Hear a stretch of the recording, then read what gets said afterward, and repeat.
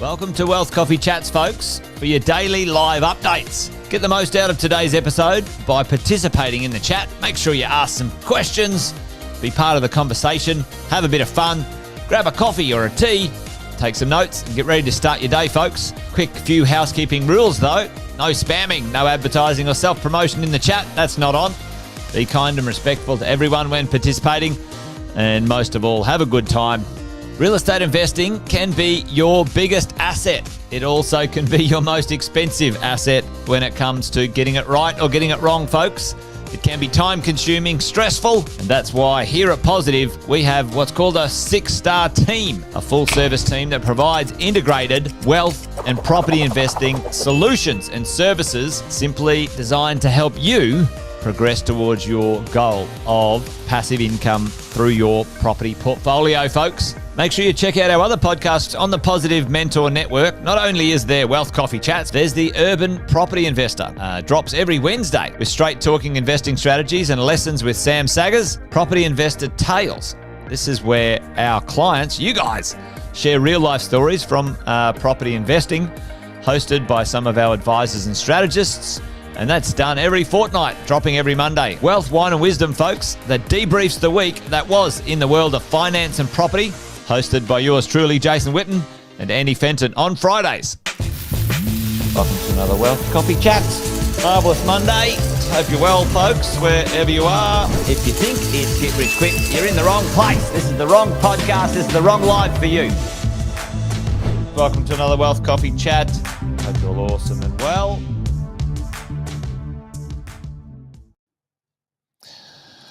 Well, hello. Good morning, everyone. Hopefully you can hear me all right. Good to see a few of you on right now. Welcome to Wealth Coffee Chats this morning.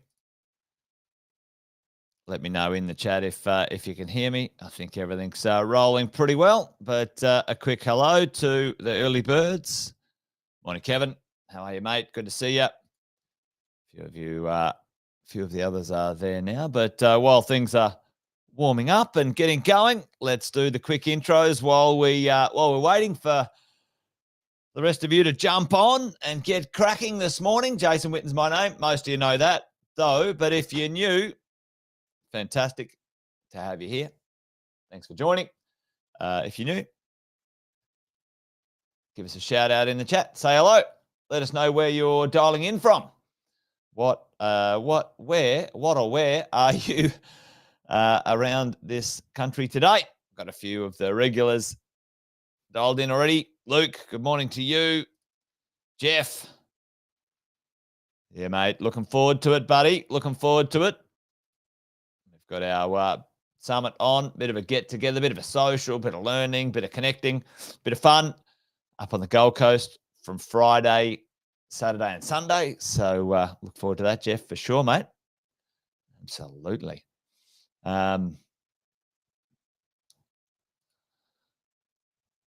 Good to have you here, folks. We get together each weekday around about 8:10, talk about what's going on in the world of property investing.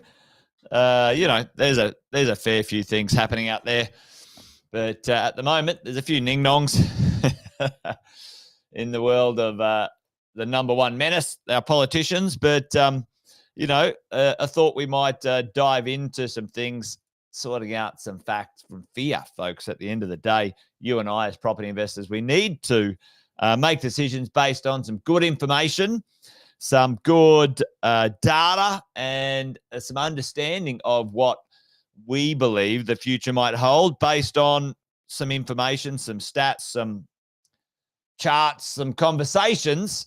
Try and navigate the best we can.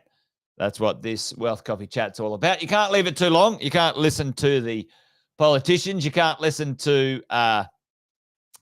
the media. And certainly, unfortunately, it's very difficult to listen to those who might call themselves, advisors when it comes to this world of property investing. Those who like to advise you about property investing, accountants, financial planners, mortgage brokers, to say the least, often aren't property investors themselves. So anyway, that's not what today's about. Today's about a conversation about is or will be owning a house and a home. A house be unaffordable for you as an investor and maybe even for owner-occupiers in the future. The stats are showing that that might be the case, folks. And for you and me, I think, this next little bit in the market is going to be pretty interesting times and rides. Morning, Stephen. Great to have you here, mate. Thanks for joining. Fabulous to have you along. Well, let's have a bit of a conversation this morning about what that might look like and into the future. Is the ownership of a home, a house as an investment or a home, on the radar for you as an investor? And is it going to be attainable? And what do we need to do about it? Some good information come out. We, Sam and myself, always have a bit of a look at different providers of data around Australia. And this is from the Oxford research team, Oxford Economics. We like them. But let's have a bit of a look at what's going on in the world of property ownership and property investing, and what we might be able to use this data and information for when we look at deciding what we might do into the future as an investor as we go along. But listen, there's a pretty interesting bit about the number of households and who owns them with or without a mortgage from 2021 to 2001. And the difference is a small amount, but slowly going down over time. The idea that our households are made up in an interesting mix. 1 in 5 live in an attached dwelling. What does that mean? So that's a house. An attached dwelling is a house. However, 50% or 2.5 out of 5 who rent live in an apartment, folks, or an attached dwelling. Now, an attached dwelling might be in a townhouse or an apartment or a villa, something that's attached as we go. But think about what that might mean for the future as well as property investors. Morning, Brad. Good to see you. Sonia. Morning. Great to have you on this morning as well. So, as investors, tell me, folks, in the chat, why would, half of the renters be living in a unit? Tell me in the chat, what do you guys think? Give me a thought and opinion there when you think about, all right, as we invest, what happens? What goes on? Morning, Cole. Good to see you. I think it's driven predominantly by affordability factors, but let's have a bit of a look at that as we go along and have a look at the data in here as we have a bit of a look. Now, the home ownership, which is owning a house, forecasted to go down pretty significantly over this period of time. Why is that so? Depends on what happens with the interest rate, but it's the cost of ownership. Not only has the cost of lending or borrowing gone up, lending gone up, but also the cost of construction has gone up significantly. Construction has gone up 30-odd% to buy and build a house, and lending, from 4 or 5 years ago is up a fair bit as well, around about 25 to 30% on medium-term averages, the cost of money when it comes to this sort of stuff. So, the forecast of home ownership for the general population trending downwards, folks. And, what is that going to mean for us as property investors as we go into the future? Now, an attached house or an attached dwelling. For you and I, some of our decisions are based on our borrowing power and our ability to service as we go as a property investor. We've got a certain budget, and what can you afford? Now, this is an interesting one as we go along.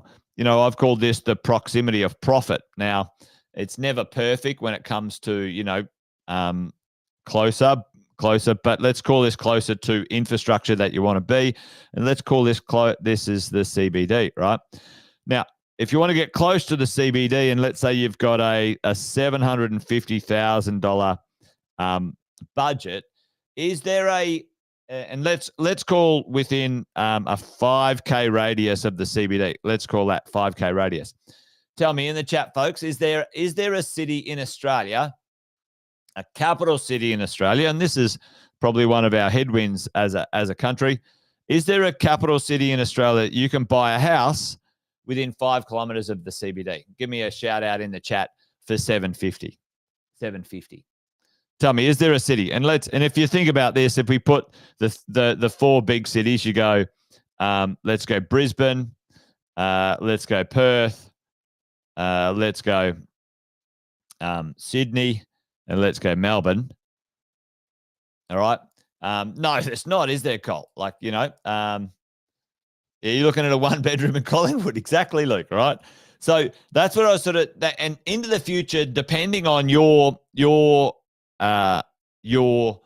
needs or desires or wants and how you build your portfolio, your property portfolio, folks.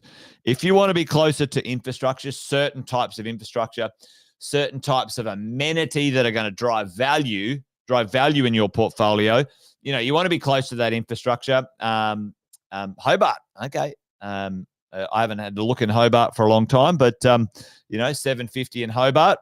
I still don't understand what drives Hobart, but it's certainly an interesting place. Oh, beautiful place to go visit. So the infrastructure or the amenity that you want, where is that, right? And so there is an exchange as we build our portfolio. I'm talking about sort of attached dwellings and housing dwellings, right? If we want to be closer to the CBD, you're dead right. If for 750, you can get a unit in these 3 places, a unit. You can get a unit in Sydney within 5K, but I think it'll be like a bed sit or a 1-bedder, where, Melbourne, Perth, and Brisbane, you could probably get a 2-bed or thereabouts. Certainly. Anyway, the point is, the conversation is, as we look at what type of dwellings that are going to be out there, and if we want to, as an investor, be closer to infrastructure, what's going to happen? What will we choose for building our portfolio as we go along? Well, the only thing really at the end of the day can keep up with demand when it comes to supplying real estate, folks, is going to be the attached dwelling market. The attached dwelling market. Now, here's a conundrum. Conundrum? Here's a conundrum. Tell me. Now, the government says, all right, we need a million new properties. Million new, right? Come on. We need a million new dwellings because we've had population growth, we've had construction issues, et cetera, et cetera. And I do not believe that the government and or our system of construction in Australia will deliver a million new properties. Not going to happen. Not going to happen. You guys know my opinion on this one, but let's just entertain this for a moment. Let's just say right now that the stars aligned. There was enough money, there was enough buyers, the lenders were confident, and we had enough people to build the damn things. Now, there's nowhere near any of that lined up anywhere, but let's just say right now that we could get that underway. What's the conundrum right now, folks? And I'm trying to ask a question without giving away the answer. What is the cost of a house and what's the cost of an apartment right now? Now, let's just do this. This is an average, and some of you might not know what I'm asking here or what I'm talking about, but let's say the average cost of average end sale price of a nice 2-bedroom unit and the average end sale price of a nice regular 4-bedroom house. Just bog standard. Does anyone know that? Let me know in the chat, because here's the conundrum, here's the problem, here's the issue right now, that when it comes to construction, right, a 4-bedroom house, a 4-bed. Actually, let's do this because it's pretty interesting. I'll grab up. I might not have time today, but let's see if I can do it. I should have grabbed that before. If you go to BMT, and let's do a construction cost calculator. Let me share that with you guys on the screen. Yeah, I tell you what, it's you'll be surprised, not surprised, but probably horrified, to be honest. The cost of constructing a unit is significant, unfortunately, when it comes to, and units were meant to be a less expensive alternative, right? They were meant to be a less expensive alternative, and that, and unfortunately, that's not the case of recent times when it comes to this stuff. Now, if you go to BMT construction cost calculator, they do some good stuff, and let's just go here.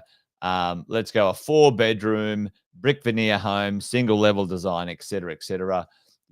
Whatever city, it doesn't particularly matter too much. Medium quality, the average sort of size is about 180. Look at that, folks. Canal. Excuse the French. Crikey, right? I mean, this stuff's ludicrous, folks. Let's go to Melbourne. Let's see if it's any different. Nah, not much different. Sydney, calculate that. Look at that. Look at that. Just a 4-bedroom bog standard house, right? Yep, 720 for a median house, right? Now, this is ludicrous. This is ludicrous, right? Because that number, folks, that number used to be around 280 to 350, right? And have a look at that. That's lunacy, right?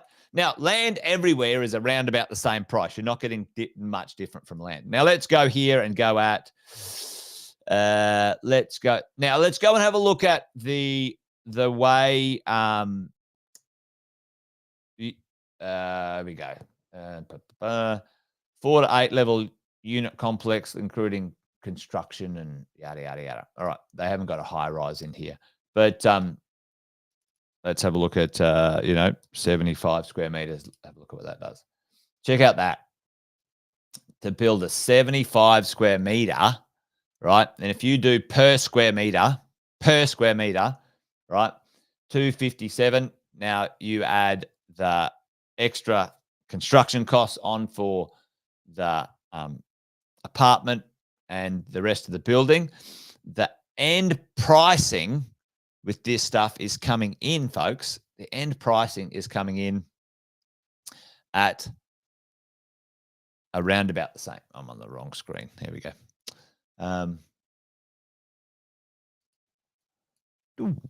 So it's going to cost a lot to build a house. And it's going to cost about the same per square meter to build a 2-bed apartment. The end pricing is going to be around about the same. Right now, a 4-bed house or a 2-bed apartment, that's the end price. And that's kind of, if you're getting a 4-bed house for $750, right now, probably Melbourne's got some good quality $750 houses, or, maybe even late sixes, a little bit in Brisbane, maybe a little bit in Adelaide and Perth, in a reasonable distance from the city. So will it happen? Will this supply come online, completions by type in Australia? I don't think so. I think this is a little bit keen, because the challenge is buyers, especially investors, can't and won't buy those things off the plan, which is interesting. So will that supply come to market? I don't know. Now, there was a couple of things in here. I've rabbited on a little bit that I was going to show. Number of renters. Here we go. Over the next 12 years, over the next 12 years, renter households are forecast to grow, right, to 26%. Okay, that's pretty significant when it comes to, the number of renters. And, look at this. Over time, that's a pretty big increase for you and I as property investors. And into the future, that's going to be the need, right? That's going to be the need. Are we going to be on the right side of this demand as we go? And owner occupiers will grow a little bit as well. But, for you and I as property investors, what does it all mean? Well, that's the big question when it comes to your portfolio. How are you putting it together into the future? Probably the big takeaway for me today is into the future, within the next 10 years, the median house price is going to be over $1 million. That's going to be for a house. Okay.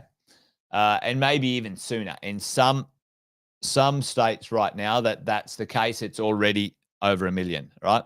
Now, wherever there's good quality houses in good locations for under $1 million, that sort of 600 to $1 million, that's going to be the sweet spot for value in the short term if you've got good locations. So big tick in the box there for houses. But, is it going to be unaffordable for most of the market soon in that sort of space? The answer is yes. And for you and I as property investors, we don't want to let that what do they say? Let that bull out, or let that one bolt, or something like that. Anyway, rabbiting on now, Jason. Anyway, folks, some good info, some good data there about the future. And it's been interesting to look at these charts. All the forecasts are showing increases in a positive way for you as a property investor. Not so great if you're on the other side of it as owner occupier. Not necessarily an owner occupier, as a renter. If you're looking to break into the property market for yourself, interest rates will help as they reduce a little bit, maybe later this year. Probably not likely this year, but maybe early to mid next year. And that market's going to continue to march on because the government has royally clusterfucked it up when it comes to our supply chains. You've heard me say that many a times. But anyway, there you go, folks. Wealth Coffee Chat done and dusted for today. I'm going to be checking out over the next few days. A few of the team will be checking in and doing the Wealth Coffee Chats.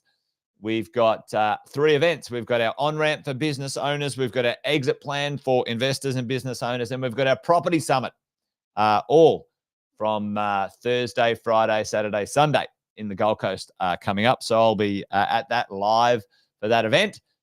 So you won't see me on the Wealth Coffee Chats over the next few days. But the team will be here, so join them. But until then, folks, great to see you. Good to hang out. That's it from me. Bye for now.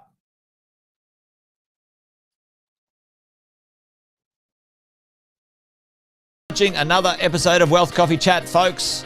Make sure you like, subscribe, and turn on your notifications so you never miss a thing when we go live. Improve your portfolio and investing game, folks, with Wealth Coffee Chats live every morning at 8:10 each weekday. Make sure you join us. Previous episodes are also available wherever you get your podcasts, folks, as well as our other podcasts from the 6-Star team here at positivementor.com.au.